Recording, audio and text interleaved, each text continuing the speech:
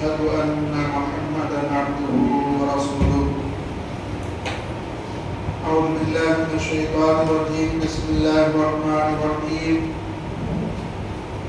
يا أيها الذين آمنوا اتقوا الله حق تقاته ولا تموتن إلا وأنتم مسلمون. يا أيها الناس اتقوا ربكم الذي خلقكم من نفس واحدة وخلق منها زوجها وبث منهما رجالا كثيرا ونساء واتقوا الله الذي تساءلون به والأرحام إن الله كان عليكم رقيبا.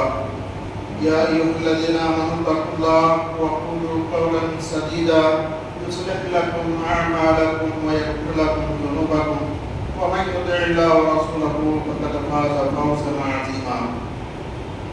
أما بعد فإن خير الحديث كتاب الله وخير الهدي هدي محمد صلى الله عليه وسلم وشر الأمور محدثاتها وكل محدثة بدعة وكل بدعة ضلالة وكل ضلالة في النار.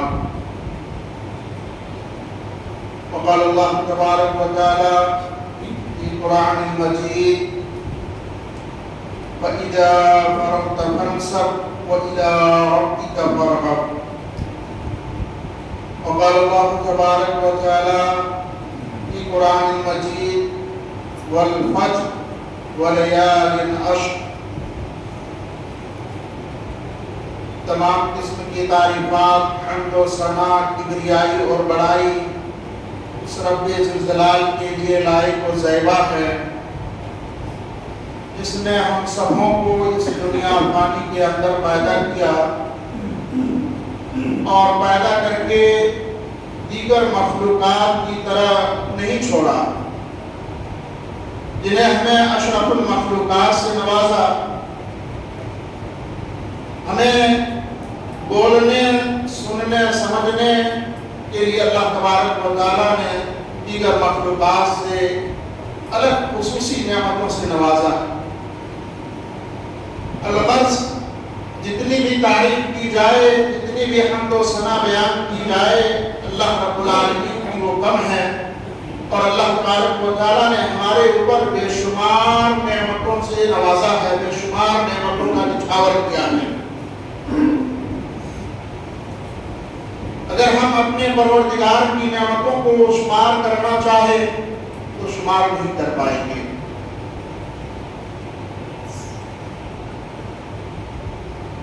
سامعین کرام، آج کی اس خطبہ جمعہ میں جو موضوع ہے عبادتوں سے بے رغبتی. ہم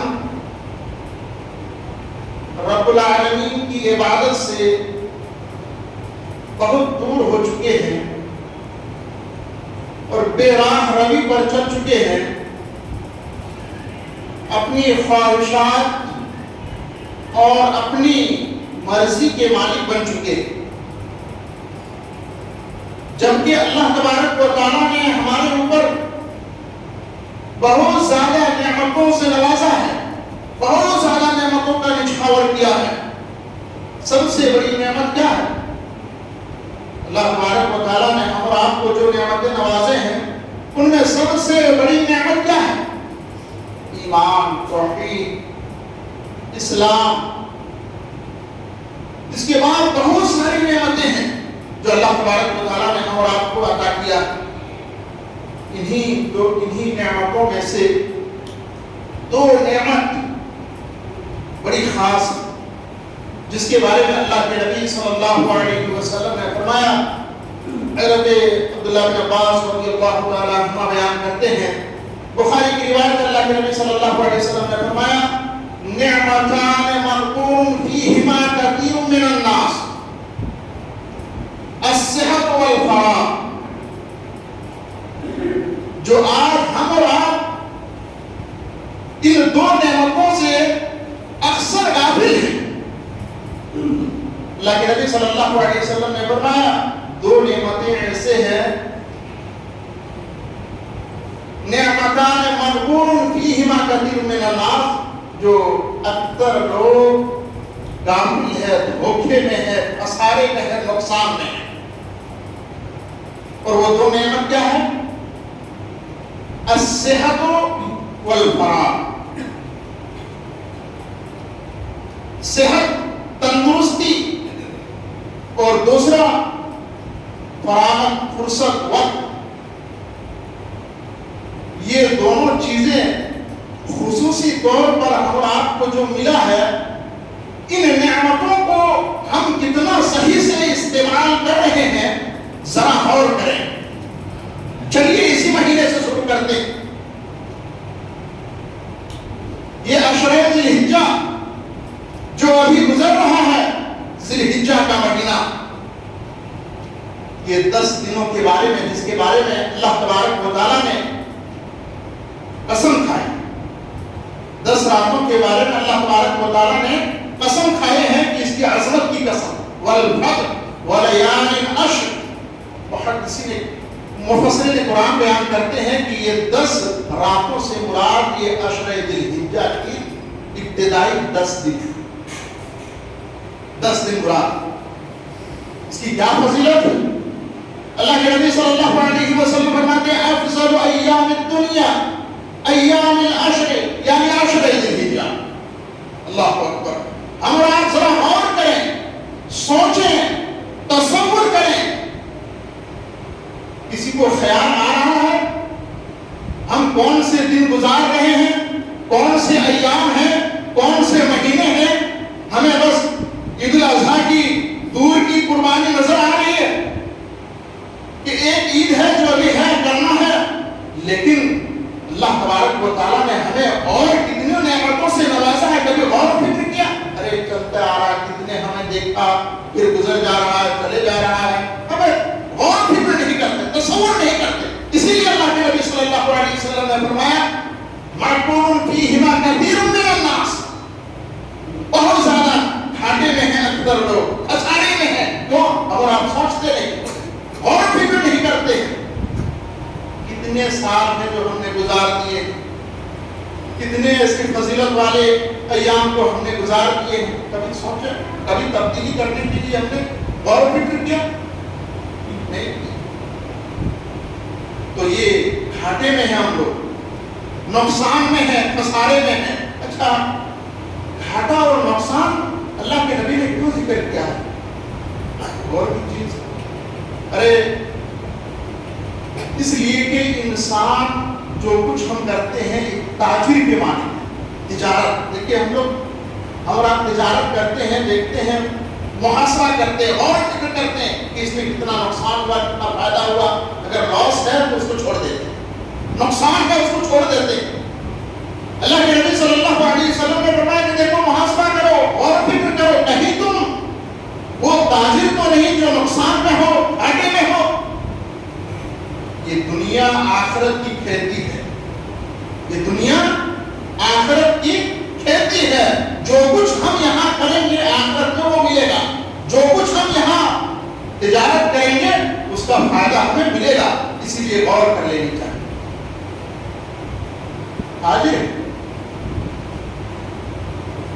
لیکن ہم اور آپ اس چیز سے بہت زیادہ غفلت میں ہیں اور یہ سوچتے ہیں، یہ خواب و خیال میں ہیں کہ ہم اپنے رب کو آخری ایام میں راضی کر لیں. ابھی ہمارے پاس صحت ہے، تندرستی ہے، وقت ہے، ابھی نہیں. بعد میں جب بڑھاپے کے عالم ہوں گے ہم اپنے رب کو راضی کر لیں گے اور رب کی قربت کو حاصل کر لیں گے. یہ ایک شیطان کا بہت بڑا دھوکہ ہے.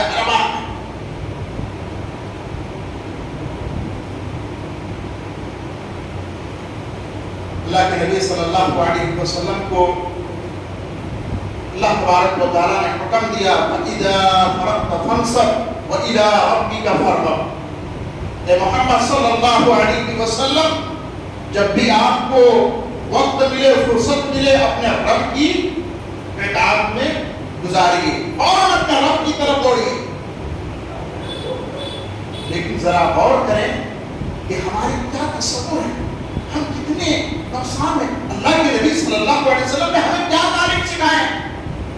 ابھی غور و فکر کیے؟ بخاری کی روایت ہے، حضرت عقبہ بن حارث رضی اللہ تعالیٰ عنہ بیان کرتے ہیں کہ اللہ کے نبی صلی اللہ علیہ وسلم کے پیچھے مدینہ میں عصر کی نماز پڑھے. اللہ کے نبی صلی اللہ علیہ وسلم کے پیچھے مدینہ میں عصر کی نماز پڑھے. اللہ کے نبی صلی اللہ علیہ وسلم نماز پڑھانے کے فوراً بعد اٹھے، سلام پھیرے اور لوگوں کی گردنیں پھلانگتے ہوئے چلے گئے.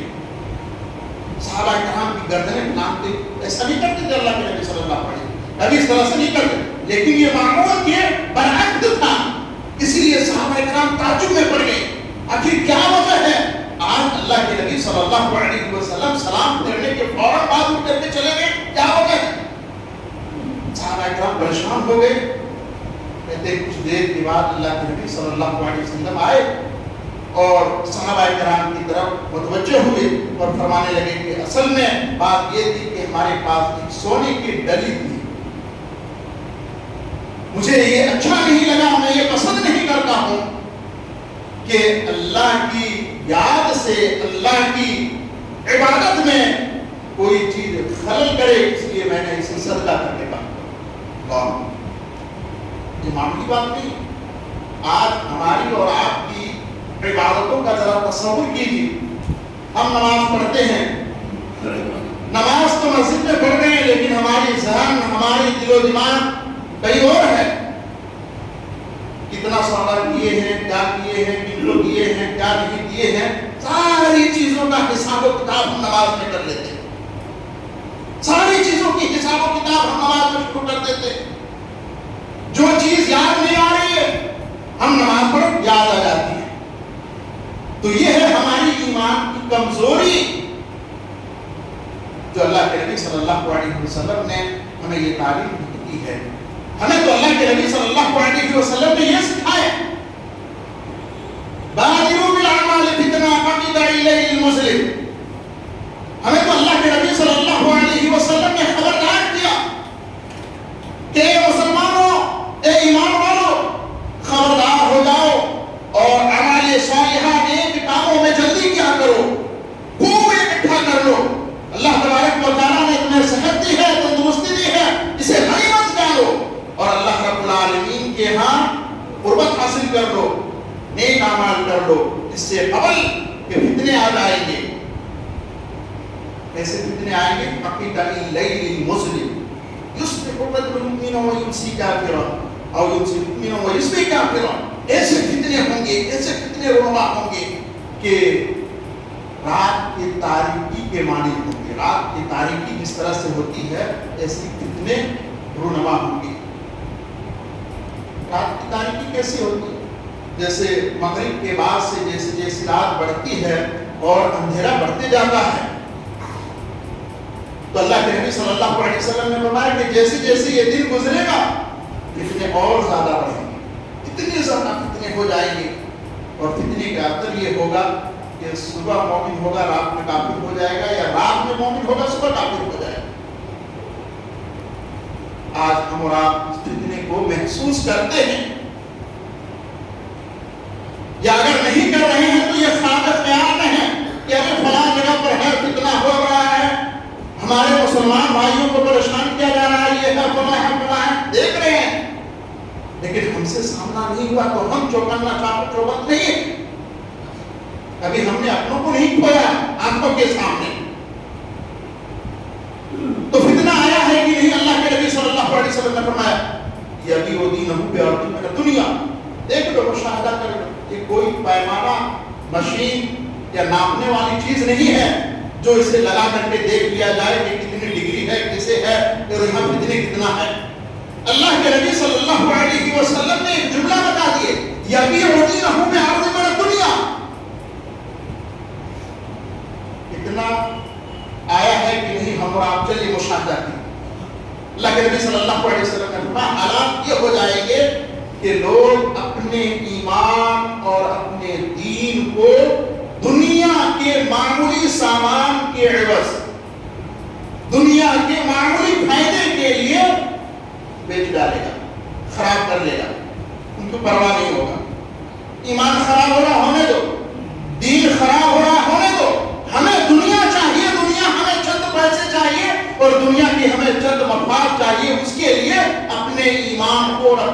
کو خراب کر لے گا. تو ایسا ہو چکا, ایسا ہو رہا ہے کہ نہیں؟ اپنے آپ سے پوچھئے, اپنے آپ سے مشاہدہ کیجئے, اپنے آپ کو ٹٹولیے, پھر اپنے گھروں کو دیکھیے, پھر اپنے معاشرے میں جائیے. ہم اللہ اور اس کے رسول کی کتنے قوانین ہیں اور کتنے فرمان ہیں جو دن رات میں ہم ٹھکرا دیتے ہیں صرف دنیا کے خاطر. دنیا کے خاطر ہم اللہ کے قول کو ٹھکرا دیتے ہیں, رسول اللہ صلی اللہ علیہ وسلم کے طریقے کو چھوڑ دیتے ہیں. تو اب کس بات کی انتظار ہے؟ اب کسی چیز کا انتظار ہے؟ اب فتنہ آ چکا ہے. اگر ہم اس چیز پر مبتلا ہیں, ہم اور آپ اس میں مبتلا ہو چکے ہیں, تو سمجھ جائیے فتنہ آ چکا. اللہ کے نبی صلی اللہ علیہ وسلم نے فرمایا بادروا بالاعمال فتنہ, نیک اعمال میں جلدی کر لیا کرو فتنوں سے پہلے. لیکن ہم اور آپ آج یہ ایام بھی گزرنے کے بعد, رمضان کے مہینے گزرنے کے بعد, نہ جانے کتنے اور ایسے ایام کو ہم نے دیکھے, لیکن پھر بھی ہم خواب نیند سے بیدار نہیں ہو رہے, خواب غفلت میں پڑے ہوئے ہیں. اور یہ شیطان کا ایک بہت بڑا حربہ ہے, دھوکہ ہے, جو تم اور آپ اس میں گرفت ہو چکے ہیں.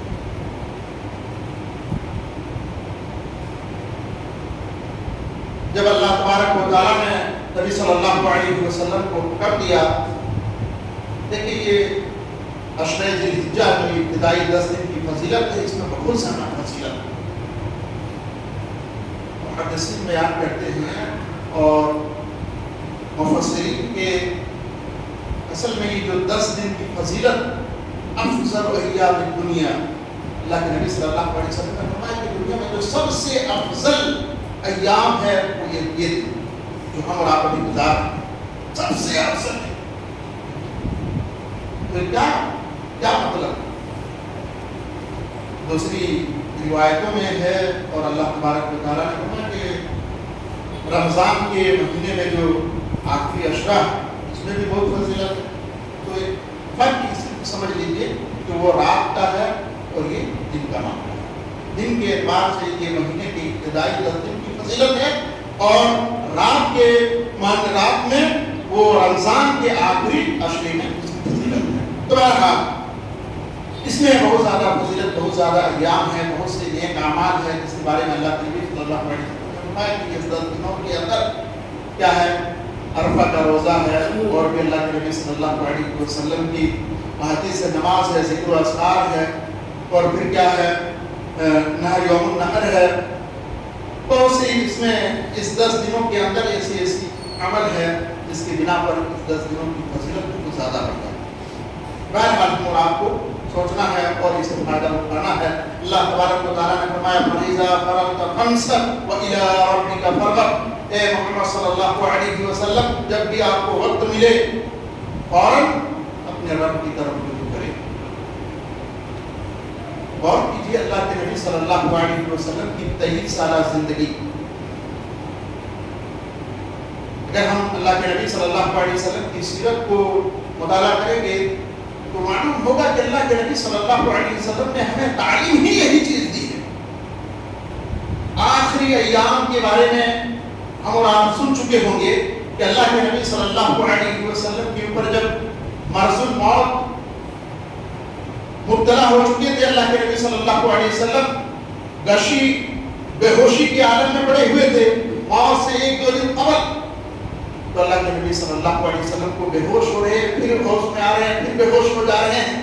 اس آخری ایام میں اللہ کے نبی صلی اللہ علیہ وسلم نے یہ تعلیم دی اور یہ سکھایا کہ نماز کے لیے مجھے لے چلو. آج ہم اور آپ دیکھیں جمعہ میں مشاہدہ کرتے ہیں, جمعہ میں ماشاء اللہ اتنی نمازی ہیں اور دیگر نماز نہیں. ہمارے ایمان ہفتے میں 1 مرتبہ پھر ختم, کہاں مل جاتے ہیں؟ کس چیز کی انتظار کر رہے ہیں, کس چیز کے بارے میں انتظار کر رہے ہیں, اور کون سے قول آئیں گے, کون سے نبی آئیں گے, کسی چیز کا بھی انتظار ہے. اللہ کے نبی صلی اللہ علیہ وسلم ہوش میں آتے ہیں, کہتے ہیں مجھے مسجد لے کر کے چلو. اللہ کے نبی صلی اللہ علیہ وسلم کھڑے بھی نہیں ہو پا رہے, حضرت علی حضرت عباس رضی اللہ تعالیٰ عنہ کو بلاتے ہیں، ان کے کندھے پر ہاتھ رکھ کر کے اللہ کے نبی صلی اللہ علیہ وسلم کہتے ہیں مجھے مسجد نبوی لے چلو. اور کہتے ہیں صحابہ کرام کہ جب اللہ کے نبی صلی اللہ علیہ وسلم کو مسجد کی طرف لے جا رہے تھے دونوں پیر اٹھانے کی بھی سکت نہیں تھی. اللہ کے نبی صلی اللہ علیہ وسلم کی پیر زمین میں گھسٹ رہی تھی اور لکیریں بنا رہی. اللہ یہ تعلیم دی ہے، یہ ہمیں اللہ کے نبی صلی اللہ علیہ وسلم نے سکھائے. اسی لیے تو صحابہ کرام نے ہمیں اس تعلیم کو دکھایا ہے پریکٹیکل کے طور پر. مسلم شریف کی روایت اللہ کے نبی صلی اللہ علیہ وسلم ایک مجلس میں تھے، سوال کیے بتاؤ آج روزہ کس نے رکھا؟ مجلس میں سے حضرت ابو بکر صدیق رضی اللہ تعالیٰ عنہ کہتے اللہ کے نبی صلی اللہ علیہ وسلم آج کے روزے سے. پھر سوال کرتے اللہ کے نبی صلی اللہ علیہ وسلم بتاؤ آج تیمارداری کس نے کی؟ بیمار کی عیادت کس نے کی ہے؟ اللہ کے نبی صلی اللہ علیہ وسلم میں نے کی ہے. پھر سوال کرتے اللہ کے نبی صلی اللہ علیہ وسلم آج مسکین کو کس نے کھانا کھلایا؟ اللہ کے نبی صلی اللہ علیہ وسلم میں نے کھلایا. یہ کون کہہ رہے ہیں؟ حضرت ابو بکر صدیق رضی اللہ تعالیٰ عنہ. پھر سوال کرتے اللہ کے نبی صلی اللہ علیہ وسلم بتاؤ آج جنازے میں کس نے شرکت کی ہے؟ اللہ کے نبی صلی اللہ علیہ وسلم نے. اللہ کے نبی صلی اللہ علیہ وسلم اتنا سننے کا کہتے ہیں کہ جس انسان میں اتنی اعمال صالحہ سے محبت ہو، نیک کاموں سے لگاؤ ہو، اللہ تبارک و تعالیٰ اس کے لیے جنت کو واجب کر دیتا ہے. اللہ آج ہم بے راہ روی پر چل رہے ہیں اور یہ گمان کر رہے ہیں کہ جنت تو ہمارے لیے، جنت تو ہمارے لیے ہے، ہم تو اپنے رب کو ماننے والے ہیں اور رب ہم سے راضی ہیں. یہ شیطان کا ایک بڑا دھوکہ ہے. اور یہ جو سوچ رہے ہیں کہ ہم اپنے رب کو راضی کر لیں گے آخری وقت میں، یہ بہت ہی بڑا دھوکہ ہے. کیونکہ بخاری کی ایک روایت ہے حضرت زبیر بن عدی رضی اللہ تعالیٰ عنہ، اور پیاری حدیث سے ذرا سنیے اور غور کیجیے اور اپنے ایمان کو تازہ کیجیے اور یہ عہد کر لیجیے کہ جو اللہ تبارک و تعالیٰ نے ہمیں نعمتوں سے نوازا ہے اسے ہم ضرور بضرور فائدہ اٹھائیں گے. ہم اسے ٹال مٹول نہیں کریں گے، ہم اسے غنیمت جانتے ہوئے اپنے رب کو راضی کرنے کی کوشش کریں گے. حضرت زبیر بن عدی رضی اللہ تعالیٰ عنہ آتے ہیں حضرت انس رضی اللہ تعالیٰ عنہ کے پاس. دونوں صحابی حضرت زبیر رضی اللہ تعالیٰ عنہ، زبیر بن عدی رضی اللہ تعالیٰ عنہ آتے ہیں حضرت انس رضی اللہ تعالیٰ عنہ کے پاس یہ شکایت لے کر کے کہ ذرا بتائیے حجاج بن یوسف جو ہے ہمارا حکمراں بڑا ظلم و ستم ہمارے اوپر کر رہا ہے، بہت زیادہ ہم لوگوں کو ستا رہے ہیں، ہمارے اوپر بہت ظلم و ستم کر رہے ہیں، کیا کریں گے؟ حضرت انس رضی اللہ تعالیٰ عنہ بیان کرتے ہیں اصبروا فإنه لا يأتي زمان إلا والذي بعده شر منه حتى تلقوا ربكم سمعت نبيكم صلى الله عليه وسلم. حضرت انس رضی اللہ تعالیٰ عنہ کی جواب سنیے، دیکھیے اور کیجیے. کہتے ہیں اصبروا فإنه لا يأتي زمان، صبر کرو، اب جو بھی وقت آئے گا اس سے بدتر وقت آئے گا. اب جو بھی وقت، جو بھی دن آئیں گے اس سے بدتر دن ہوگا، یہاں تک کہ تمہاری موت آ جائے. یعنی کہ موت آ جائیں گے لیکن ہم حالات اور وقت کو اچھا نہیں کر سکتے، بہتر نہیں کر سکتے. جو آج گزار رہے ہیں وہ کل ہمارے لیے بہتر نہیں ہو سکتا ہے، نہ ہم اسے بہتر کر پائیں گے. اگر ہم یہ سوچ رہے ہیں کہ ہمارے حالات کل بہتر ہو جائیں گے، اپنے رب کو راضی کر لیں گے، ہمارے حالات اچھے ہو جائیں گے، اچھے دن ہوں گے، اس کے بعد ہم خوب ساری عبادتیں کریں گے مسجدوں میں اور اپنے رب کو راضی کر لیں گے، یہ غلط فہمی ہے جو حضرت انس رضی اللہ تعالیٰ عنہ بیان کر رہے ہیں کہ اصبروا فإنه لا يأتي زمان إلا والذي بعده شر منه. اب جو بھی وقت آئیں گے اس سے بدتر ہوگا، یہاں تک کہ موت آ جائے. اور سمعتہ نبی صلی اللہ علیہ وسلم، میں نے یہ جملہ اور یہ باتیں تمہارے نبی صلی اللہ علیہ وسلم کی زبان سے سنی۔ تو معلوم یہ ہوا کہ اگر ہم اس طرح سے سوچ رہے ہیں تو یہ شیطان کا ایک حربہ ہے جو ہم اور آپ کو چاقو چوبند رہنی چاہیے۔ بہت ساری ایسی چیزیں ہیں جو ہم اور آپ سوچتے نہیں ہیں، غور و فکر نہیں کرتے ہیں۔ ذرا مشاہدہ کریں گے تو معلوم ہوگا اللہ کے نبی صلی اللہ علیہ وسلم جب نماز کے وقت ہوتے، دیکھیے ہم اور آپ بہانہ ڈھونڈتے ہیں۔ اگر بارش ہو رہی ہے، سر میں درد ہو رہا ہے، کام سے آئے ہیں، کوئی مہمان گھر میں آ گیا ہے، کوئی ساتھی آ گیا ہے، کوئی گپ ہانکنے والے آ گئے ہیں، مل گیا ہے، چائے کی دکان میں بیٹھے ہیں، نماز کا وقت ہو گیا، ہم اسے ٹال دیتے ہیں۔ اللہ کے نبی صلی اللہ علیہ وسلم کی یہ عادت نہیں تھی۔ عائشہ رضی اللہ تعالیٰ عنہ بیان کرتے ہیں اللہ کے نبی صلی اللہ علیہ وسلم جب اپنے بیویوں کے درمیان بیٹھتے، اللہ کے نبی صلی اللہ علیہ وسلم جیسے نماز کا وقت ہوتی ایسے اٹھ جاتے، وہاں سے لگتا ہے کسی کو نہیں پہچانتے، ایسے اٹھ جاتے تھے کسی کو نہیں پہچانتے۔ لیکن آج ہے، لیکن کتنے ایسے ہیں جو ہم نماز تو پڑھتے ہیں لیکن وہ دل لگا کر کے نہیں، ایسے جذبے کے ساتھ نہیں، جو بے رغبتی ہیں اور صرف عادت کے طور پر نماز پڑھ رہے ہیں، ایسی نماز اللہ کے قابل قبول نہیں ہوں گی۔ سلسلہ الاحادیث الصحیحہ کے اندر ایک حدیث ہے، ناصر الدین البانی نے اسے صحیح قرار دیے ہیں کہ اللہ رب العالمین کل قیامت کے دن ایک شخص کو بلائے گا اور اسے پوچھے گا کہ بتا انہوں نے دنیا کے اندر کیا کیا؟ وہ بندہ کہے گا یا رب قد صلیت 60 سنہ، اللہ رب العالمین ہم نے دنیا کے اندر 60 سال نماز پڑھ کر کے آئے۔ اللہ رب العالمین کہے گا جا ایک بھی نماز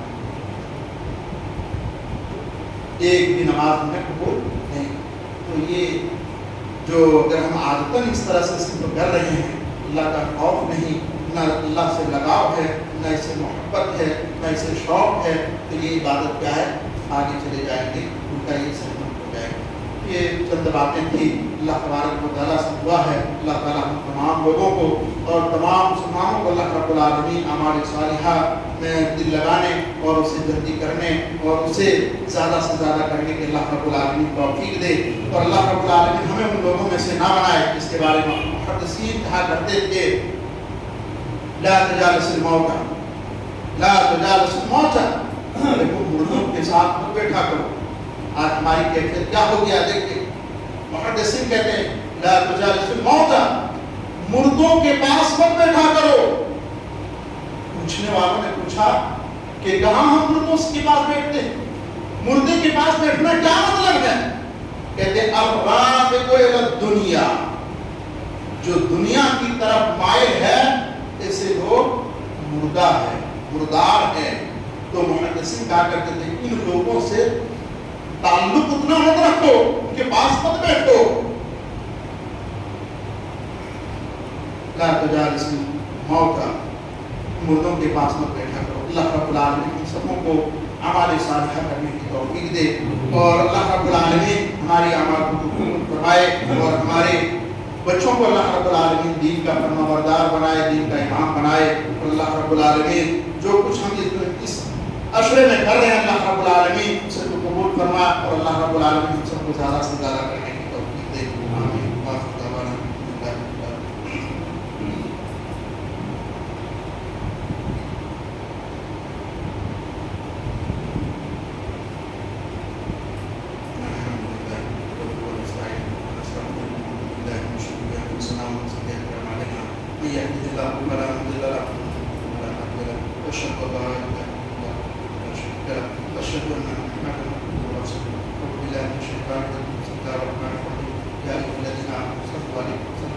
اللهم صل على محمد وعلى ال محمد كما صليت على ابراهيم وعلى ال ابراهيم، اللهم بارك على محمد وعلى ال محمد كما باركت على ابراهيم وعلى ال ابراهيم انك حميد مجيد۔ عباد الله رحمكم الله،